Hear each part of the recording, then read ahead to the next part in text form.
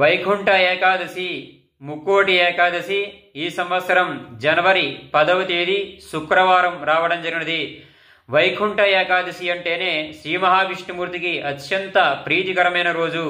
ప్రధానంగా వైకుంఠ ఏకాదశి రోజున మనం భక్తి శ్రద్ధలతో విష్ణుమూర్తి యొక్క ఆరాధన చేసుకుంటే 3 కోట్ల ఏకాదశులు చేసిన ఫలితాన్ని మనం పొందుతాము.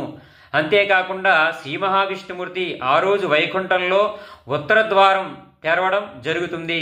కాబట్టి 3 కోట్ల మంది దేవతలు ఆ రోజు విష్ణుమూర్తి యొక్క ఆరాధన చేసుకుంటారు.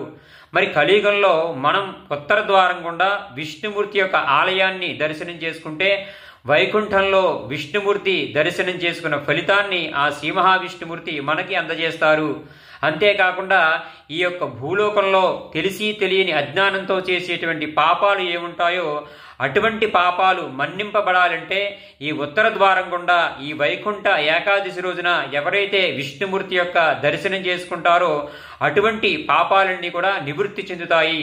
కావున ప్రతి ఒక్క భక్తులు కూడా వైకుంఠ ఏకాదశి రోజున భక్తి శ్రద్ధలతో విష్ణుమూర్తి యొక్క ఆలయ దర్శనం చేసుకోవడం లేదా కలౌ వెంకటనాయక వెంకటేశ్వర స్వామి యొక్క ఆలయ దర్శనం చేసుకోవడం సర్వశుభాలని అందజేస్తుంది.